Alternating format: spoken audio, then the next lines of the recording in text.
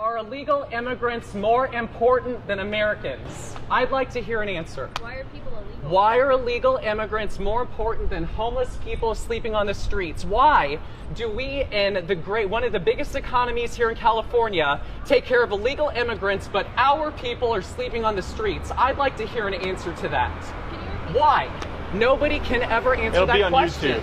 Why don't people put American citizens first, but illegal immigrants get everything?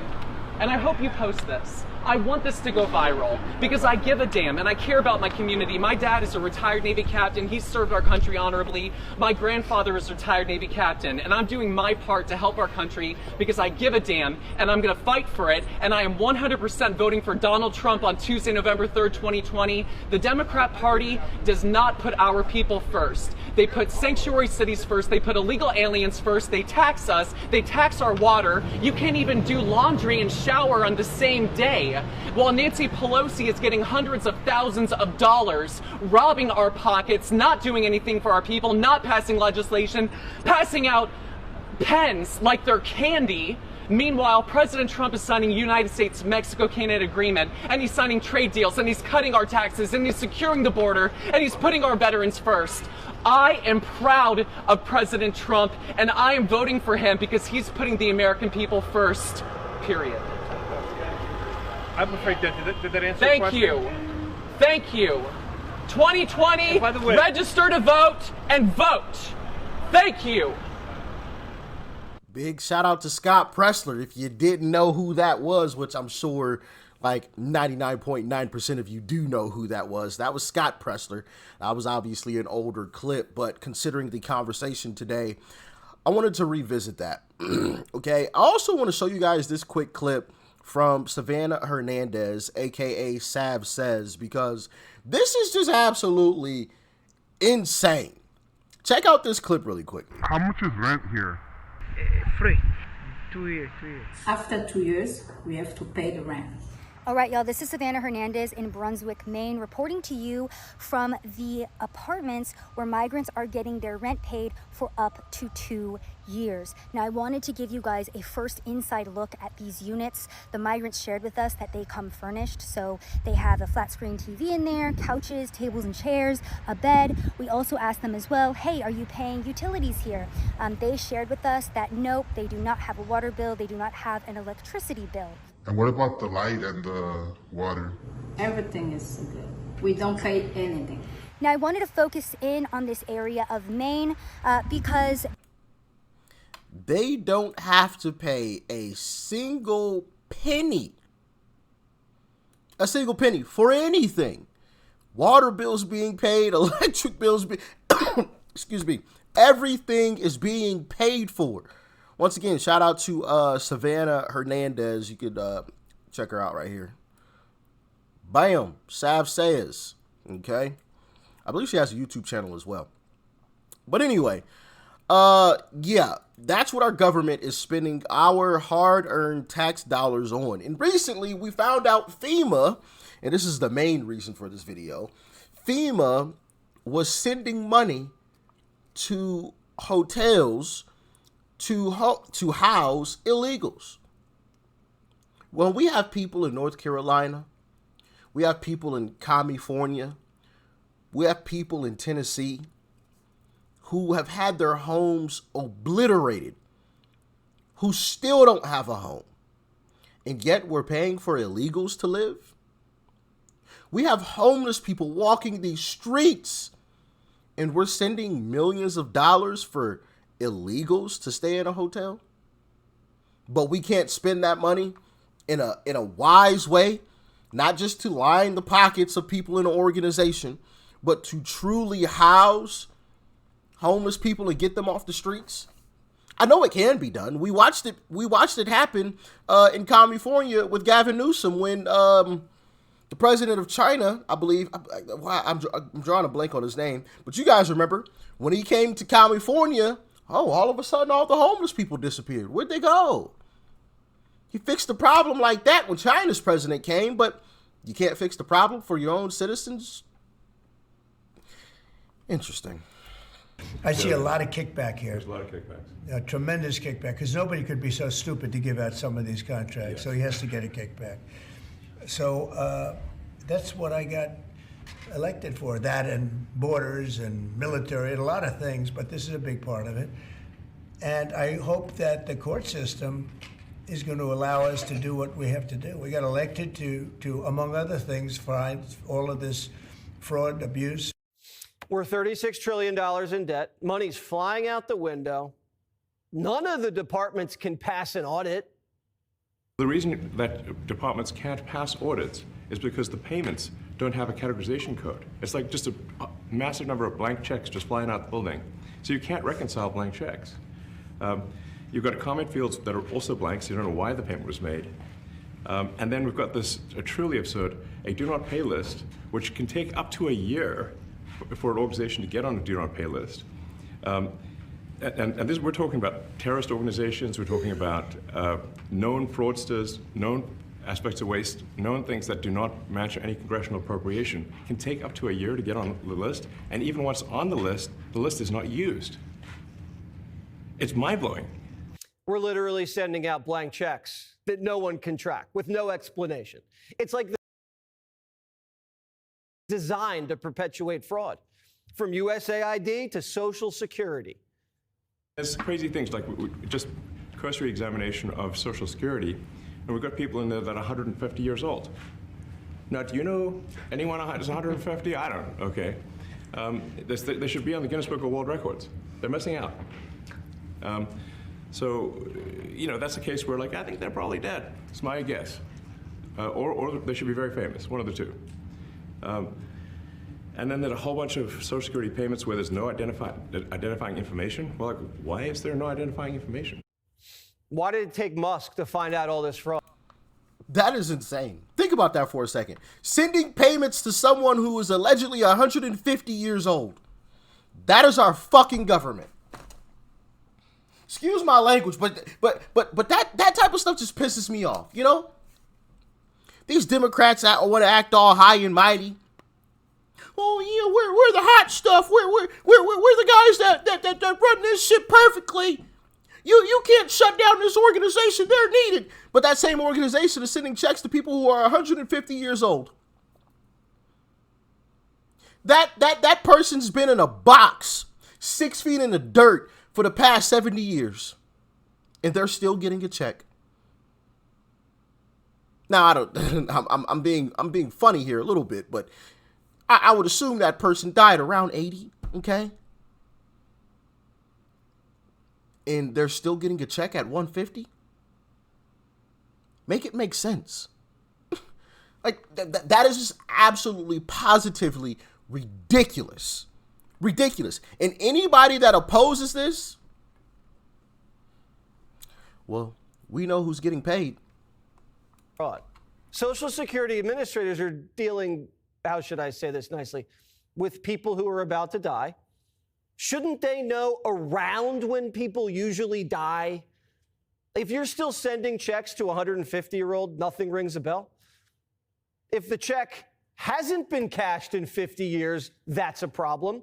And if the check has been cashed, that's a problem. Here's why nothing's ever done. Listen. Really, everything is geared towards complaint minimization.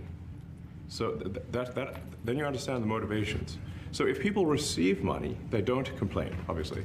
But if people don't receive money, they do complain. And the fraudsters complain the loudest and the fastest. They approve all the payments at Treasury. Because if you approve all the payments, you don't get complaints. And that's why I think it's important that we make our voices heard loud and clear. Not so we can defraud our government. That's not what I'm saying. But complaining works. We watch it with the left all the time. For the past 6 years, probably, no, beyond that, really, we've watched it. The left gets their way with damn near everything until now, because Uncle Trump is back in office. But they always got their way because they were the loudest, most vocal, most ready to yell and scream. And sometimes we have to do the same. I'm not saying we got to get violent. That's not what I'm saying. But just making our voices heard, even if it's just calling up your senator or your congressman, calling them up, leaving a voicemail every single day, every single week. On the flip side, I think it's also important that when they do something good, we should also be calling them up. Like, hey, thank you. I loved it. I love the decision you made with X. I love the fact that you voted yes on confirming Tulsi Gabbard. I love the fact that you voted yes on confirming RFK Jr. That's what I had been hoping for. Thank you so much. Have a great day. I think it's important that regardless, we make our voices heard. We watch it happen on the left. We watch it. They are a vocal group. We should be doing the same thing. Not just when we're angry, but also when we're happy too. Just saying. Just saying. Let me know if y'all agree. But now we're saying that, no, actually, we are going to complain. If money is spent badly, if your taxpayer dollars are not spent in a sensible and frugal manner, then that's not okay. Your tax dollars need to be spent wisely on things that matter to the people. I mean, these things, it's just common sense. The complaint system runs Washington. Anytime you try to cut anything, the Democrats, the media, the lobbyists, the NGOs, they all complain. So for about a century, Washington's basically like, okay, we'll just keep sending the money. Washington forgot how to say no. And now every woman in the Amazon rainforest who claims they're a climate consultant gets your money. Do you ever wonder how people work for the government and get so rich?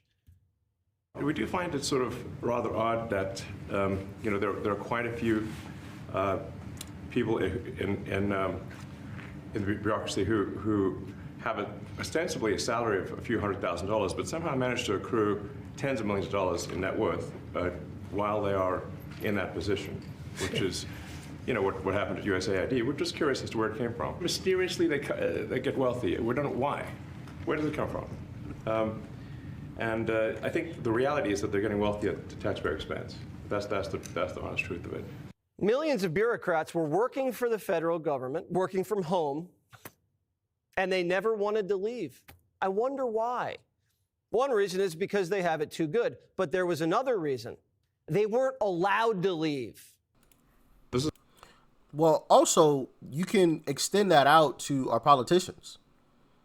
The Mitch McConnells and the Nancy Pelosi's, the Chuck Schumers of the world, the Bernie Sanders even, right? These folks who are clearly way too old. And when I say old, I don't mean just old in age. I mean old as in like you're showing your age, right? Because we all know some older person who is up there in age, right? Just in terms of their actual number, but they don't act like it. They don't show it. They look much younger. They walk around and their activity level is that of somebody who's much younger, right? So it's not the age that is the issue. Once again, it's a beautiful thing to grow to an old age. We know lots of people who will never get that opportunity. It's a beautiful thing. But when you're showing your age, when you're Nancy Pelosi and you're falling and breaking your hip and you can barely walk, when you're Mitch McConnell and you're freezing, that's a problem. Look, some of y'all probably thought the video froze, did you? But that's an issue, right? That's a major issue. But it's all about the Benjamins, baby. It's all about the Benjamins, baby. All of these politicians are rich. How? Have you guys ever like taken a look at like the net worth of a lot of these politicians? They're all magically rich somehow. Kind of weird. There's not many who aren't a millionaire. Yeah, pretty crazy, huh?